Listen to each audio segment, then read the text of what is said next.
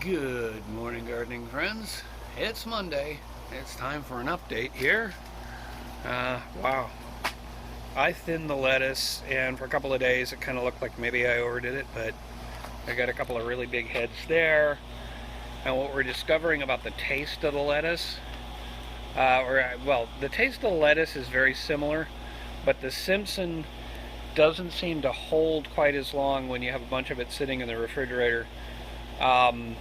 Doesn't hold as long as the iceberg, and I mean this is iceberg, even though at least I believe it is. I believe this is not just another packet of Simpson. It's slightly different. It looks very similar, but it's slightly different. No, it doesn't have the big heads yet, but that's why I thinned it. So that's, but the point being that this, if you pick it, you want to enjoy it sooner. That you will hold for a little longer. But the outer leaves for iceberg lettuce actually taste pretty good. Looking at the carrots, everything's getting bigger. I think we need to start doing what we were doing with the radishes and look down below, see if anything is pushing its way up. At some point, I'm going to have to kind of dig down a little bit and just see, without disturbing it too much, if I can see how big the carrots are getting. But I mean, these are not. We recently bought some carrots at the farmer's market, and boy, the tops were really big. Now, granted, this planting bed may not be as deep, but something to consider. Moving on.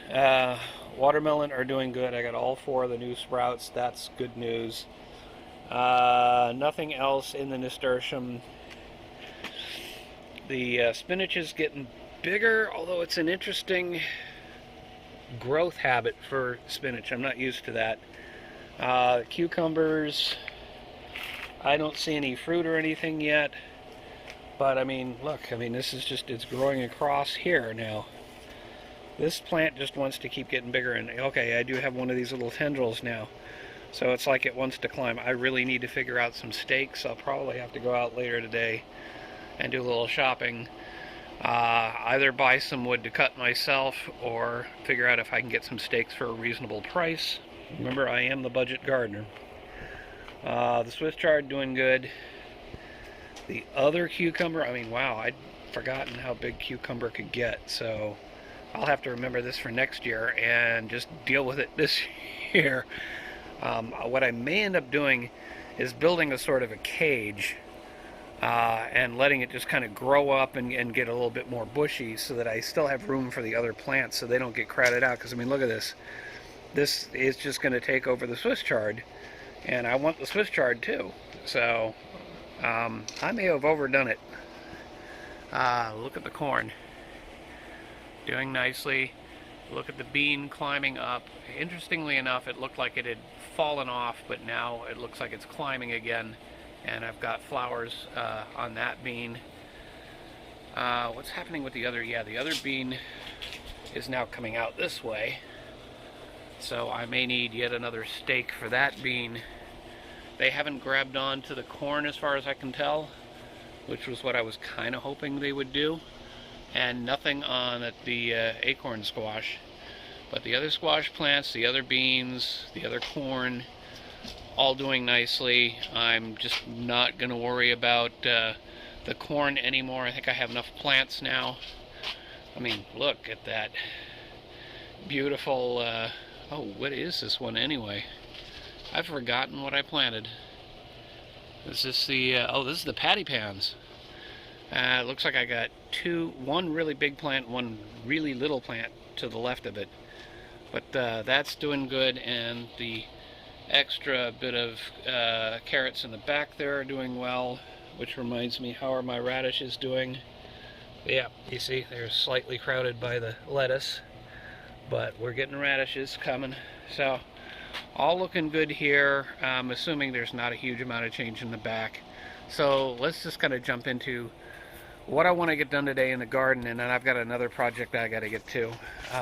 But garden-wise, I've been testing out the camera, and honestly, for the last 3 or 4 days, I've not had any sightings of Preacher the cat, or a deer, or the raccoon that's been tearing up the garden bed in the front. So I think at this point I will continue on with the measures that I've been taking, but I'm going to move the camera, and I want to get the camera in the garden. I really want to be able to watch the garden from the camera. But I think what I'm going to do is I'm going to put a floodlight on the left and a floodlight on the right. That way anything that comes in will trigger it, and hopefully then the camera will pick up the lights turning on. So even if the camera doesn't see an intruder, the lights will cause it to see the intruder. And I'm also working on possibly adding alarms to the floodlights, which would be a customization, a hack. But one thing at a time. I think I need to get the camera moved over and then figure out the lights. So that's what I'm going to do. Okay, so I just said that these cucumber plants are getting rather large, and it occurs to me that they're going to take over. I mean, you almost can't tell where the cucumber ends and the Swiss chard begins. So I think what I need to do is rein these in. I mean, look at, oh no, that's something else. I was going to say, look at these tendrils. I mean, they want to climb somewhere. They don't seem to be grabbing onto the stakes that I put here. Oh, okay, yeah, maybe I got one right there. Maybe this starts a one here. Oh, okay, I got another one. Okay, I'm wrong. But I've been thinking about it, and I think what I need to do is build a cage. That's why I pulled out the hardware cloth. But I'm not sure I want to do it with the hardware cloth, because that stuff's really kind of rough to work with. And I think I looked up the price of hardware cloth. It's gone up like so many other things. So I think I'm going to keep it for the sifters. And what I'm going to do is get some garden stakes and the plastic version of the hardware cloth, which unfortunately I can't seem to price online, so I'm going to have to go to the store and take a look. But they do sell like a dozen 3-foot garden stakes, which might be about what I need. They're going to have to be driven into the ground a little bit.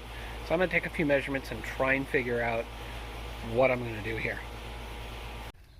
Okay, this is just a rough layout using some of the stakes that I tried to do the terracing with earlier in the year.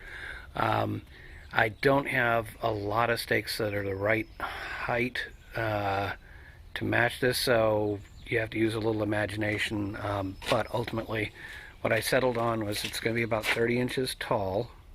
It's going to be about 30 inches from one stake to the next, and that leaves me a bit of an opening here, and then basically the same thing again, 30 inches tall, 30 inches side to side.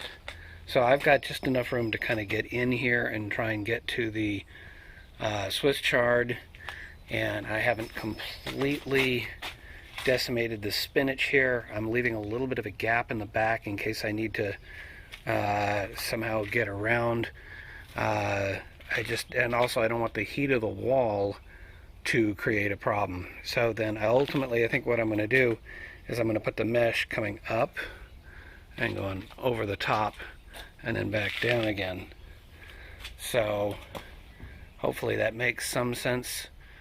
That is the thinking. That gives me some dimensions. So okay, 30 by 30 by, it's actually front to back, it's about 24 inches. I decided to stay right on the wall here and keep it off that wall.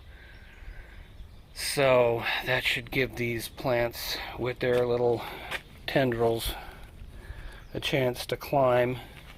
I might have to prune the front of the plants to keep them from coming over the wall, because then as people walk by they're just going to damage the plants. It's better to prune them.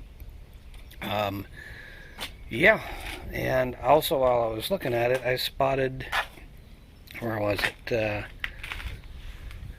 Maybe it was the other plant? Yeah. There's a little flower starting to develop there, so there's potential fruit already. There's another flower down there.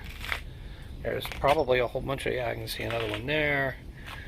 So you get the idea. It looks like the Boston pickling are going to be the first ones to produce, or at least the first to give me flowers. I've got my pollinators in the garden. That makes me happy.